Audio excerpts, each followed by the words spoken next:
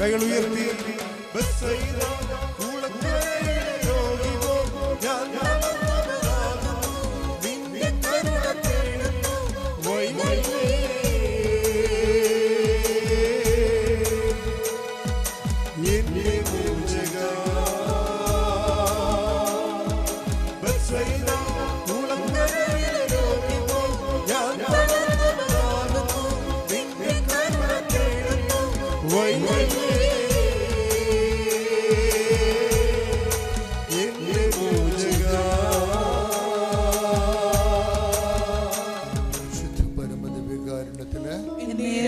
ആരാധനയും സ്തുതിയും പുകഴ്ചയും ഉണ്ടായിരിക്കട്ടെ. ശുദ്ധ പരമദിവ്യകാരുണ്യത്തിന് നേരവും ആരാധനയും സ്തുതിയും പുകഴ്ചയും ഉണ്ടായിരിക്കട്ടെ. പരിശുദ്ധ പരമദിവ്യകാരുണ്യത്തിന് നേരവും ആരാധനയും സ്തുതിയും പുകഴ്ചയും ഉണ്ടായിരിക്കട്ടെ. എൻ്റെ പ്രിയമുള്ളവരെ, നമ്മൾ കർത്താവിൻ്റെ വചനങ്ങൾ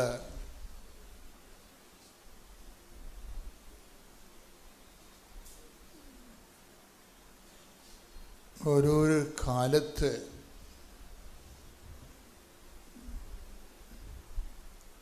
നമ്മുടെ ഓരോ വ്യത്യസ്തങ്ങളായ ജീവിത സാഹചര്യങ്ങളിലാണ് കർത്താവിൻ്റെ വചനങ്ങൾ നമ്മൾ കേൾക്കുന്നത്.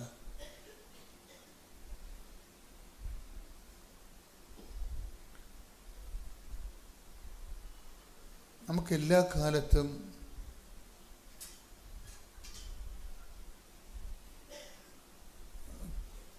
കുറേ അധികം പ്രശ്നങ്ങളുണ്ടാകും.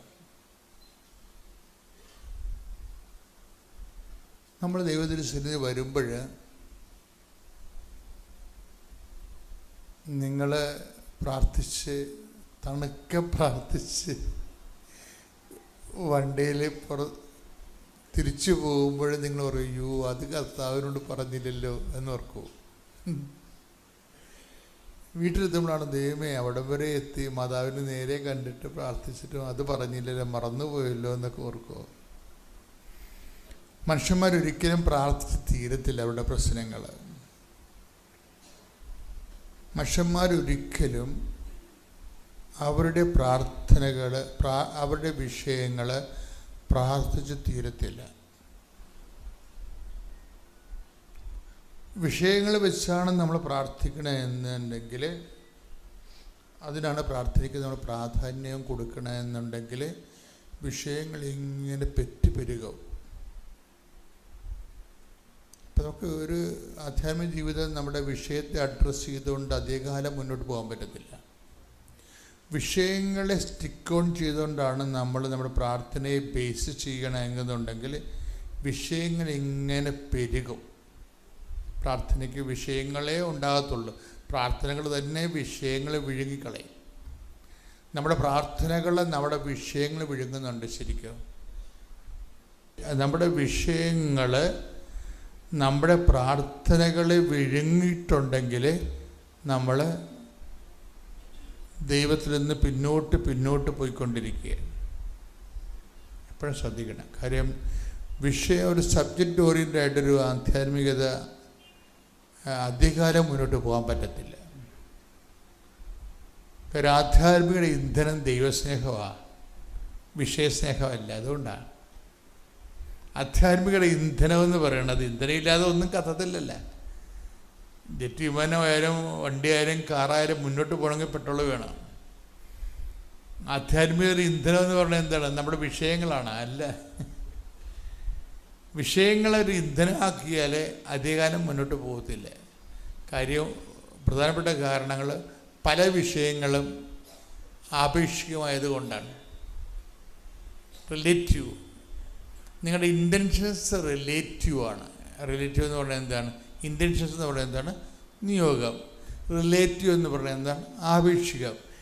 ഇന്ന് നിങ്ങൾ ആഗ്രഹിക്കുന്നത് അത് ശരിയാണെന്ന്.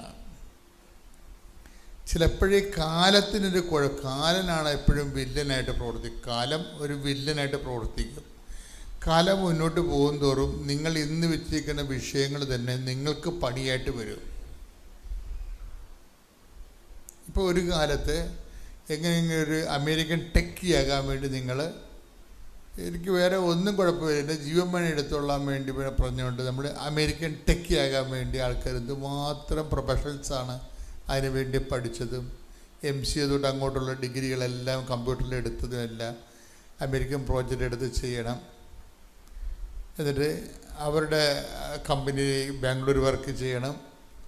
അതിനുശേഷം ബാംഗ്ലൂർ വഴി ഓസ്ട്രേലിയയിലോ അല്ലെങ്കിൽ ഇംഗ്ലണ്ടിലോ പോകണം. അവിടെ കമ്പനിയിൽ 10 കൊല്ലം വർക്ക് ചെയ്യണം. ആവശ്യത്തിന് കാശായിട്ട് ഒന്നെങ്കിൽ അവിടെ താമസിക്കണം. അപ്പോൾ നമ്മളൊരു അപേക്ഷ വെക്കുകയാണ്. പക്ഷെ കഴിഞ്ഞ ദിവസങ്ങളിൽ ട്രംപ് ആപ്പടെ പ്രശ്നമുണ്ടാക്കി. അങ്ങനെയുള്ള വിസയ്ക്ക് അദ്ദേഹം 70% തീരുവ കൽപ്പിച്ചു. അമേരിക്കൻ ടെക്കി വിസയ്ക്ക് 75% തീരുവ, 78% തീരുവ.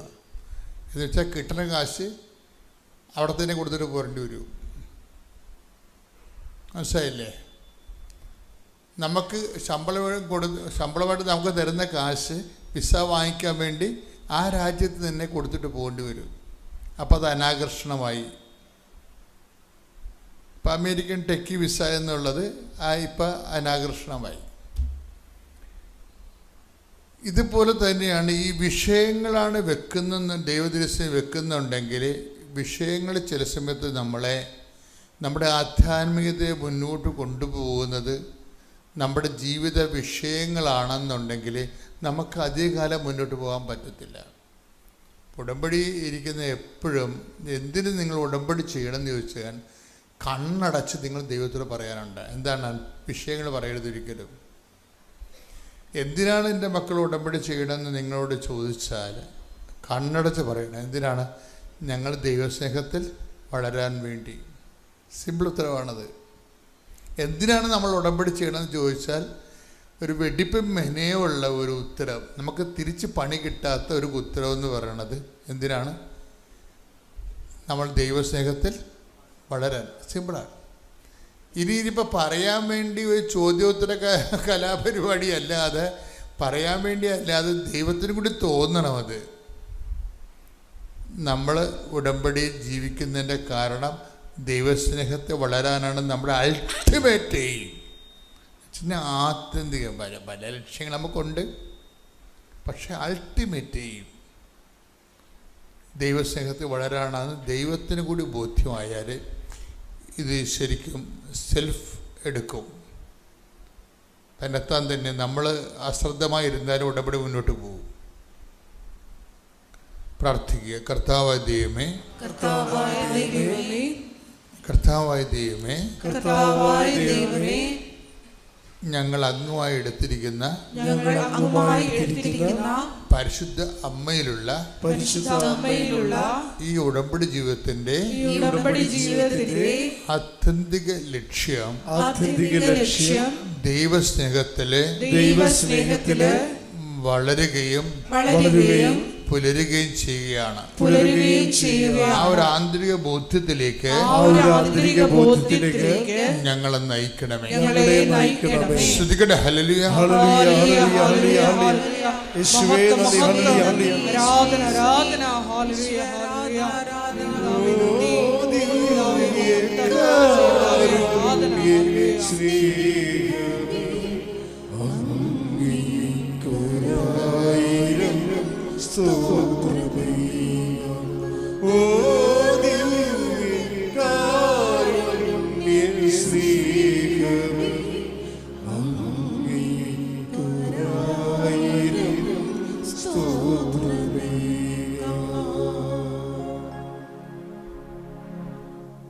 ഈശോയ്ക്കും മാതാവിനും 1000 നന്ദി.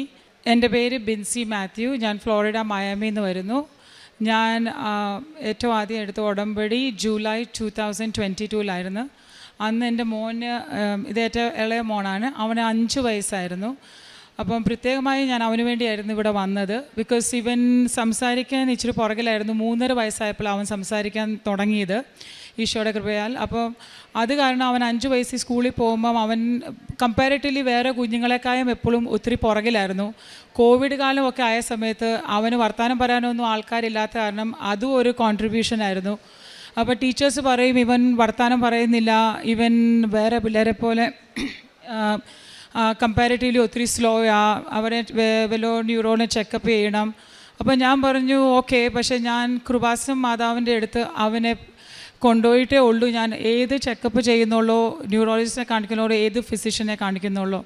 അപ്പം ഞങ്ങൾ ജൂലൈയിൽ ഇവിടെ എത്തി. അച്ഛനെ കാണാനുള്ള അവസരം കിട്ടി, ഉടമ്പടി എടുത്തു. അച്ഛൻ അവൻ്റെ തലയിൽ തൊട്ട് പ്രാർത്ഥിച്ചിട്ട് അച്ഛൻ പറഞ്ഞു, നിൻ്റെ വിശ്വാസം ഇതാവട്ടെ, മാതാവ് നിനക്ക് ഇവിടെ വന്ന് സാക്ഷ്യം പറയാനുള്ള ഒരു കൃപ നൽകുന്നു എന്ന് പറഞ്ഞു. അത് തിരിച്ചു വന്ന് പറയാൻ സമയമെടുത്തത് 2-3 വർഷമായി ഞങ്ങളിവിടെ തിരിച്ചു വന്നിട്ട്. അപ്പോൾ ഞാൻ നാട്ടിൽ നിന്ന് തിരിച്ച് 2 ആഴ്ചത്തെ അവിടുത്തെ ഞങ്ങൾ തിരിച്ചു പോയി.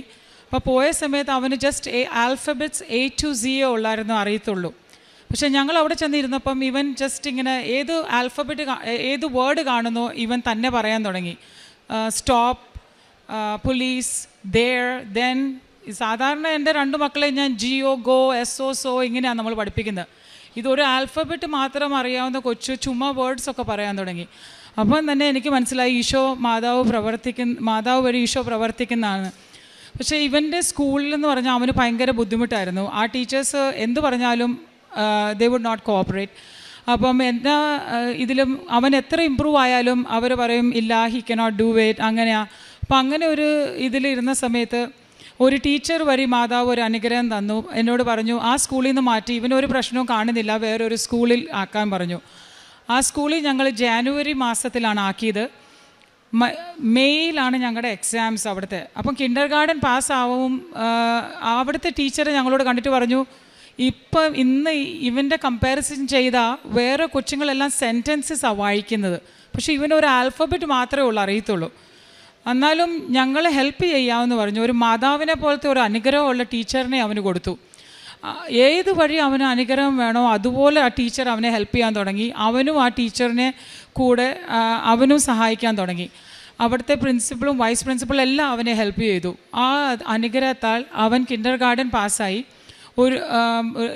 ഒരു 1.5 മന്തിൽ അവൻ റീഡ് ചെയ്യാൻ തുടങ്ങി, സെൻറ്റൻസസ് റൈറ്റ് ചെയ്യാൻ തുടങ്ങി.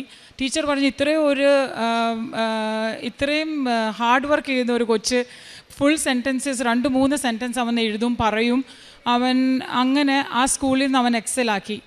ആ സ്കൂളിൽ ആയിരുന്ന സമയം ഞാനൊരു കാര്യം ചെയ്യുമായിരുന്നു. മാതാവിൻ്റെ ഉടമ്പടി കാശ്രമം എടുത്തിട്ട് ആ സ്കൂളിൽ ഞങ്ങളുടെ അഡ്ജസ്റ്റൻ്റ് ആയിരുന്നു. അപ്പം ഞാൻ നടക്കാൻ പോവുമായിരുന്നു. അപ്പം 3 കൊന്ത ആ സ്കൂളിൻ്റെ ചുറ്റും ചുറ്റി മാതാവിൻ്റെ പ്രാർത്ഥിച്ച് കൊന്ത വെച്ച് പ്രാർത്ഥിക്കുമായിരുന്നു. അതിൻ്റെ ഫലമാണ് അങ്ങനെ ഒരു ടീച്ചർ കിട്ടാനും അങ്ങനത്തെ പ്രിൻസിപ്പൽ സപ്പോർട്ട് ചെയ്യാനും. Because not by merit but by grace ആയിരുന്നു അവൻ്റെ ഇത്. അത് കഴിഞ്ഞ് ആ സ്കൂളിൽ ഞങ്ങൾ വേറെ സ്കൂളിലോട്ട് മാറ്റി. അവിടെ അവൻ 1ാം ക്ലാസ് 2ാം ക്ലാസ്, ഇപ്പോൾ അവൻ 2nd ഗ്രേഡിൽ എക്സാം എഴുതി. മാത്തിന് ഞങ്ങളുടെ അവിടെ level 1, 2, 3, 4, 5 is the highest grade. അവൻ്റെ ലെവൽ 5 മാത്തിന് മാതാവ് ഈശോ കൊടുത്ത് അവനെ അനുഗ്രഹിച്ചു. അതുപോലെ തന്നെ അവൻ പഠിത്തത്തിന് അപ്പം അവൻ്റെ ഇതിൽ അവനൊരു നോർമൽ ക്ലാസ്സിൽ ഇത് പ്രശ്നം ഉണ്ടായിരുന്ന കാരണം ഡിലേ ഒക്കെ ആയ കാരണം അവനൊരു സ്പെഷ്യൽ ക്ലാസ്സിലായിരുന്നു ആദ്യം. പക്ഷേ അവൻ സ്പെഷ്യൽ ക്ലാസ്സിൽ നിന്ന് ഒരിക്കലും നോർമൽ ക്ലാസ്സിൽ പഠിക്കാൻ പറ്റിയല്ലെന്ന് ടീച്ചർ പറഞ്ഞു. അതുപോലെ തന്നെ is not good in studies എന്ന് പറഞ്ഞു. പക്ഷേ ഇന്ന് അവൻ നിൽക്കുന്ന റെഗുലർ ക്ലാസ്സിൽ പോകുന്നു. അവൻ്റെ ടീച്ചേഴ്സ് പറയുന്നു he is very smart, is very intelligent എന്ന്. അപ്പം അങ്ങനെ ഒരു വലിയൊരു കൃപ മാതാവിൻ്റെ മധ്യസ്ഥത്താൽ ഞങ്ങൾക്ക് ഈശോ അനുഗ്രഹിച്ചു. 2ാമത്തെ അനുഗ്രഹം എന്ന് പറഞ്ഞാൽ ഞങ്ങൾ ഇവിടെ വന്ന സമയം ഉടമ്പടി എടുക്കാൻ എൻ്റെ മമ്മിക്ക് ഒരു കണ്ണിൽ കാഴ്ച കുറവാണ്, ബാക്കി ലെഫ്റ്റ് കണ്ണിൽ സഡൻലി ഇങ്ങനെ ബ്ലീഡിങ് വന്നു. അപ്പോൾ ഞങ്ങൾ കാണിച്ചപ്പം അവർ ഇഞ്ചക്ഷൻ എടുത്ത്, പക്ഷേ പറഞ്ഞു ഇത് പിന്നെയും ഉണ്ടാവാം, കാഴ്ച പോകാനുള്ള സാധ്യതയുണ്ടെന്ന്. അപ്പോൾ 2 കണ്ണിലും കാഴ്ച പ്രശ്നമാവുമല്ലോ. ആ നിയോഗം ഞാൻ വെച്ച് മാതാവിനോട് പറഞ്ഞു, മാതാവ് എന്താണെങ്കിലും കാഴ്ച പോവല്ലോ, കാഴ്ച നഷ്ടപ്പെടല്. മാതാവ് അങ്ങനെ പ്രാർത്ഥിച്ചു. അപ്പം ഞങ്ങൾ ഇഞ്ചക്ഷൻ എല്ലാം എടുത്തു, എല്ലാം കഴിഞ്ഞു മയാമി തിരിച്ചു പോയി. അപ്പോൾ അവിടുത്തെ ഡോക്ടറിനെ കാണിച്ചപ്പോൾ ഡോക്ടർ പറയാ ബ്ലീഡായിട്ട് ഇത്രയും scar ടിഷ്യൂസാണ്. I am really, it's just such a miracle that she can see so clearly even with that scarring. അപ്പോൾ അതൊരു വലിയ അനുഗ്രഹമായിരുന്നു. അപ്പോൾ അവർ എല്ലാ പ്രാവശ്യവും പോകുമ്പോൾ പറയും, ഇത്രയും കാണാൻ പറ്റുന്ന, I cannot understand how she can see with so much bleeding and scar tissue. ആ ബ്ലീഡിങ് എല്ലാം ഇപ്പം കുറച്ചു. 1 മന്തിലെ ഇഞ്ചക്ഷൻ ഇപ്പം 3 months ആക്കി. പക്ഷേ കർത്താവ്, മാതാവ് ആ അനുഗ്രഹം എനിക്ക് തന്നു. എൻ്റെ മമ്മിയുടെ കണ്ണിൻ്റെ കാഴ്ച ഒട്ടും കുറയാൻ അത് കുറയാതെ മാതാവ് കാത്തുകൊണ്ട്. 3-ാമത്തെ സാക്ഷ്യം ഇവന് ഫേസിൽ ഇങ്ങനെ സ്കിൻ റാഷ് വരുമായിരുന്നു. അത് ഞാൻ ഉടമ്പടി വെച്ചതല്ല, പക്ഷേ ഇങ്ങനെ 2 വർഷമായിട്ട് ഇങ്ങനെ വരും പോവും, ഞങ്ങൾ ക്രീം പുരട്ടും, അത് പോവും. അപ്പം ഞാൻ പിന്നെ സഡൻലി ഞാൻ ഉടമ്പടി എടുത്തു കഴിഞ്ഞ് ഉടമ്പടി തൈലം പുരട്ടി പ്രാർത്ഥിക്കാൻ തുടങ്ങി. ആ ഉടമ്പടി തൈലം പുരട്ടി 3 ദിവസം പ്രാർത്ഥിച്ചു.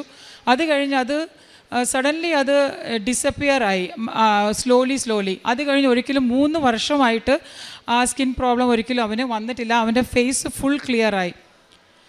ലാസ്റ്റ് ഒരു അനുഗ്രഹം, മാതാവ് എനിക്ക് വലിയൊരു അനുഗ്രഹം തന്നത് ജോലി സ്ഥലത്തെ ആയിരുന്നു.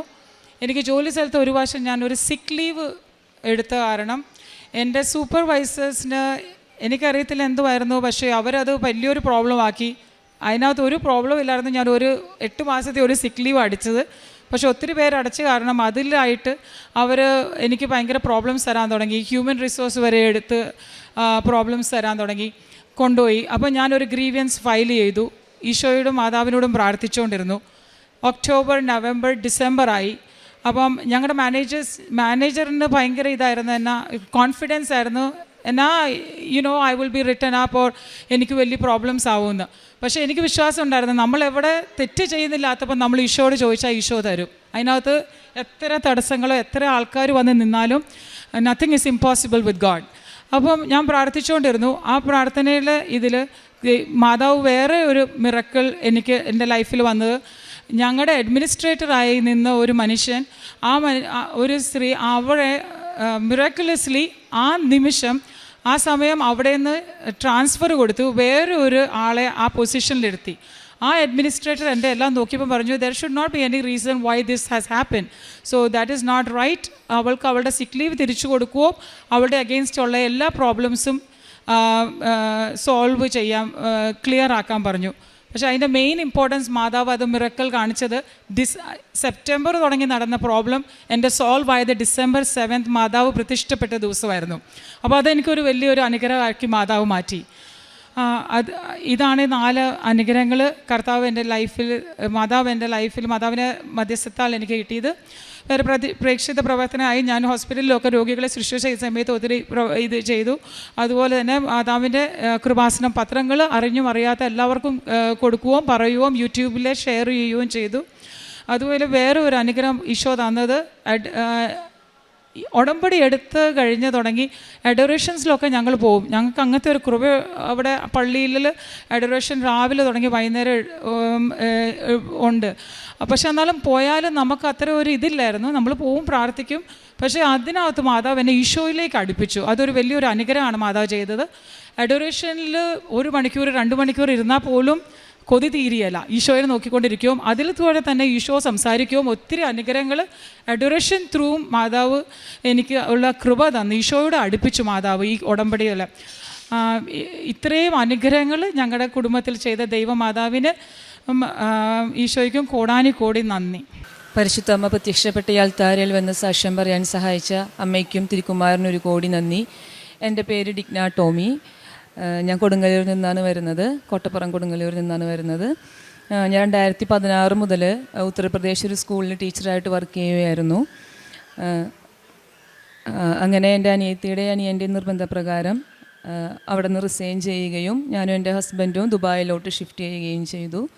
2022 മുതൽ എനിക്ക് അമ്മയുടെ സാക്ഷ്യങ്ങളും പ്രാർത്ഥനകളും എൻ്റെ ഒരു കൂട്ടുകാരത്തി അയച്ചു തരുമായിരുന്നു. പക്ഷേ ഒരു സാക്ഷ്യം പോലും ഞാൻ ഓപ്പൺ ചെയ്യുകയോ വായിച്ചു നോക്കുകയോ ചെയ്തിട്ടില്ല.